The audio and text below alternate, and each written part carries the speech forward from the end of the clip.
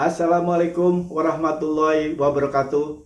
Apa kabar sobat teman semuanya? Salam hormat, semoga terus selalu berlimpah nikmat sehat dan bahagia. Masih ingatkah sobat teman semuanya dengan podcast saya beberapa waktu lalu, di mana saya berkesempatan untuk mewawancarai salah satu seniman kota Semarang. Beliau adalah Ki Daud Budiatno atau yang disebut Kanjeng Raden Tumenggung Daud Noto Aji Negoro. Beliau banyak mendapatkan apresiasi dari beberapa pihak, mulai dari pemerintah kota Semarang, masyarakat, media cetak maupun elektronik, terkait kepedulian beliau yang luar biasa dalam rangka ikut memutus mata rantai penyebaran virus COVID-19 di kota Semarang yang merebak beberapa waktu yang lalu. Apresiasi kepada Ki Daud masih saja terus mengalir. Dan kali ini dalam rangka memperingati hari ulang tahun ke-76 kemerdekaan Republik Indonesia, TV Nasional Berita 1 tertarik untuk mengundang Ki Daud menjadi salah satu narasumber dalam dialog yang bertema para pahlawan di tengah pandemi yang disiarkan secara langsung dan dilakukan dengan Zoom meeting. Menjadi narasumber lainnya adalah Dr. Atika Reviani.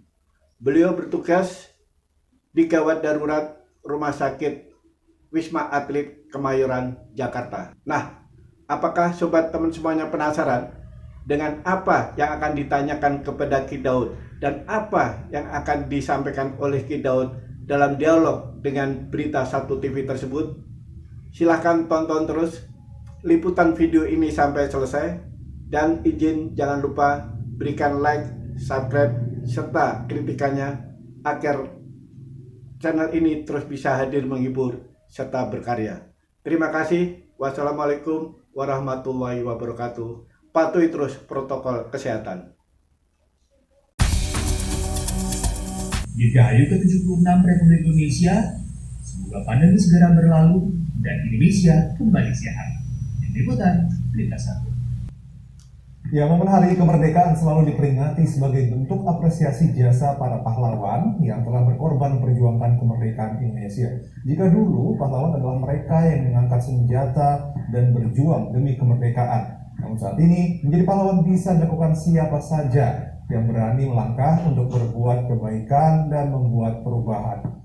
Ya, Pak Daud ingin tahu cerita dari Anda, bagaimana kemudian awalnya Anda kepikiran rumah Anda dijadikan tempat isolasi mandiri untuk pasien COVID-19? Jadi gini, Mas Dodi dan para pemirsa, di saat pandemi itu pernah ada kejadian demikian. Di kampung saya, di lingkungan saya, di dalam satu kelurahan hanya beda RW, ada keluarga yang 5 orang anggotanya, 1 ayah, 1 ibu, dan 3 orang anak. 3 orang anak ini yang paling besar usia SMA, yang kedua usia SMP, dan yang ketiga usia SD. Nah, kemudian pada tanggalnya saya lupa, pada hari Ahad, hari Minggu, itu ayahnya meninggal karena COVID. 5 hari kemudian, pada hari Jumat, itu ibunya meninggal karena COVID. Saya sebagai tetangga, sebagai warga masyarakat berpikir, lanjur anaknya piye, anak-anaknya bagaimana, sopo sing ngrumat, siapa yang merawat. Mohon izin kalau saya terselip bahasa Jawa saya. Jadi siapa ini anak-anak yang merawat? Padahal ketiga anaknya ini positif COVID semua.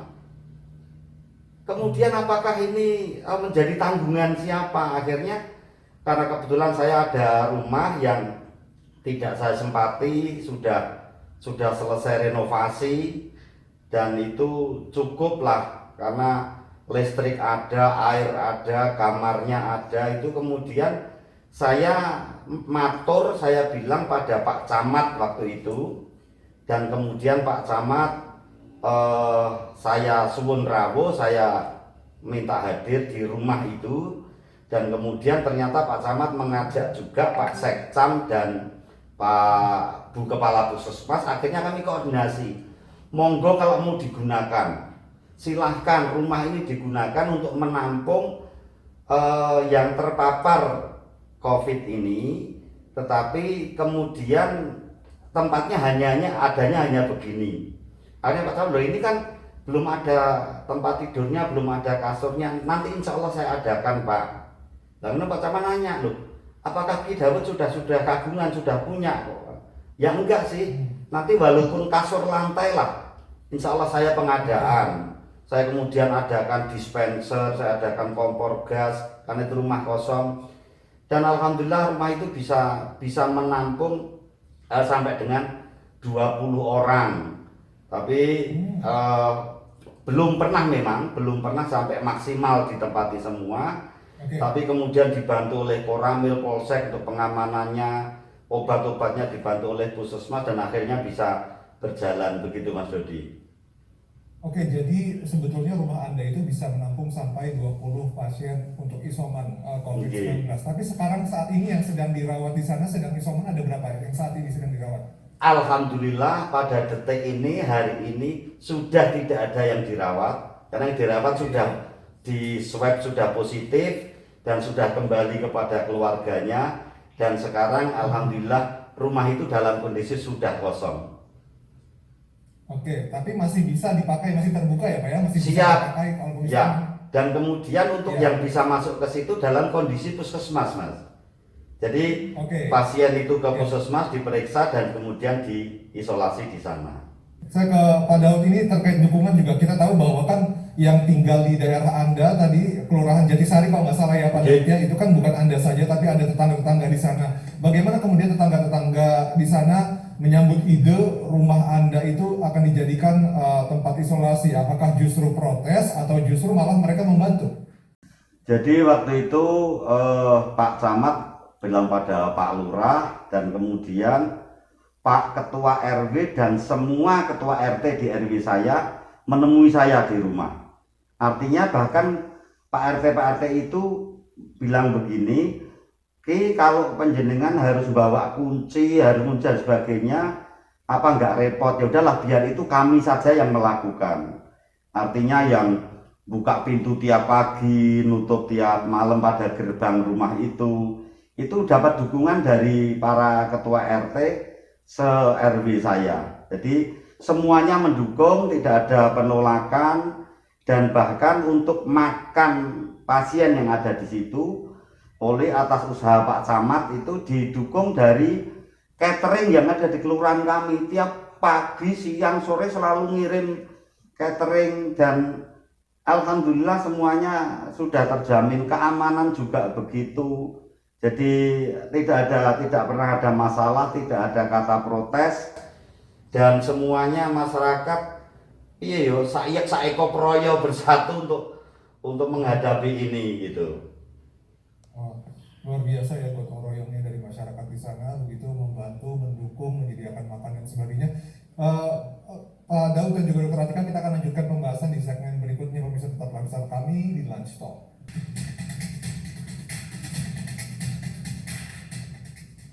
Kembali kita lanjutkan dialog masih dengan Dr. Atika dan juga Pak Daud. Pak Daud, mungkin Anda punya cerita serupa. Mungkin saya mau tanya dulu, sebetulnya ketika pandeminya sedang parah-parahnya begitu ya di gelombang kedua kemarin, itu ada berapa maksimal yang pernah di isoman di tempat Anda, dan mungkin ada cerita-cerita menarik di sana. Jadi begini, waktu pas parah-parahnya itu kebetulan rumah saya itu berdekatan dengan taman pemakaman umum, tempat dimakamkannya para korban COVID itu.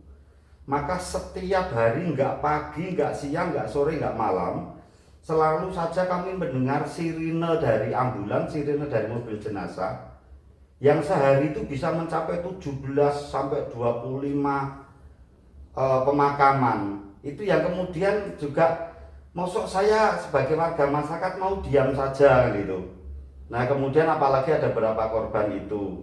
Nah kemudian saya berpikir sederhana sekali sebenarnya, lebih baik kecil tetapi bertindak nyata daripada besar dan banyak tapi hanya di angan-angan. Itu yang kemudian mendorong kami, ya sudah kalau saya mampunya hanya meminjamkan tempat untuk isolasi ya kami lakukan. Karena kan kebetulan tempatnya ya rumahnya sih nggak begitu besar, ada 5 kamar, kemudian ada kamar mandinya, kemudian rumah itu berdiri di lahan kira-kira 800 meter persegi dan ruas bangunan itu sekitar 300 meter lah. Jadi rumah itu memang ada jarak dengan tetangga, karena di batas tanah itu tidak mepet pada dinding rumah, maka tetangga juga tidak merasa terganggu. Kemudian halamannya yang sudah di paving block itu bisa digunakan untuk berjemur. Jadi kata dokter Puskesmas mengatakan, wah ini untuk tempat isolasi yang terpapar sangat ideal. Nah maka ya sebatas itu yang bisa kami lakukan.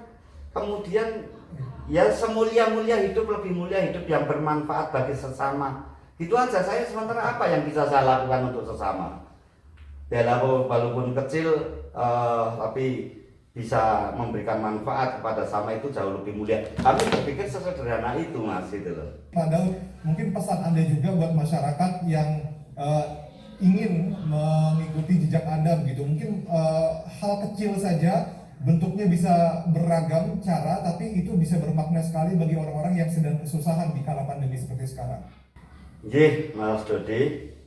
Jadi kalau dokter Atika tadi justru berusaha untuk mengusir virus, untuk menangkal virus, tapi upaya saya ini dalam rangka untuk menyebarkan virus. Tapi virus yang sebarkan adalah virus kebaikan. Dengan bahasa saya sederhana sekali. Sekecil apapun jangan pernah berhenti berbuat kebaikan. Sekecil apapun, semampunya. Maka tadi saya katakan lebih baik kecil tetapi nyata daripada besar tetapi itu hanya di angan-angan, hanya sebuah wacana. Karena bagaimanapun juga semulia-mulia hidup, sebagus-bagus hidup, lebih mulia dan lebih bagus hidup yang bermanfaat bagi sesama. Saya ingin bahwa kepedulian ini, kepedulian sesama manusia, sesama hamba Allah, sesama warga bangsa dan negara ini makin meningkat pada usia kemerdekaan yang sudah lebih dari 70 tahun itu. Harapan itu yang saya harapkan dari segenap masyarakat, dari sedulur-sedulur saya, bagaimanapun juga penderitaan tetangga, penderitaan saudara kita adalah penderitaan kita juga.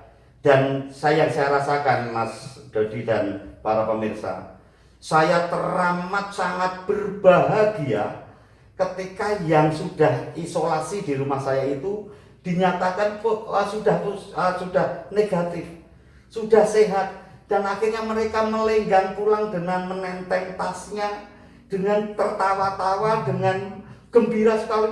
Itu satu kebahagiaan yang tidak terbeli yang ada di dalam hati saya, di dalam benak saya, di dalam batin saya. Karena ternyata saya di situ menemukan bahwa inti dari kebahagiaan itu adalah kita mampu untuk membahagiakan orang lain. Begitu, Mas Dodi. Iya, jadi sama-sama kita lenyapkan virus corona dengan berbagai variannya dan kemudian kita sebarkan virus kebaikan dengan berbagai varian cara. Ya, benar. Seperti itu. Terima kasih. Semoga memang dialog kita ini memberikan inspirasi jadi masyarakat begitu ya, dan kemudian terima kasih juga buat teman-teman nakes, Dokter Atika, dan juga salam buat teman-teman yang bertugas di sana.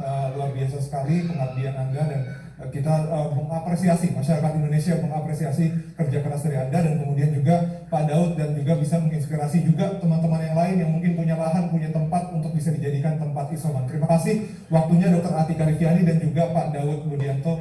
Salam sehat selalu untuk Anda berdua.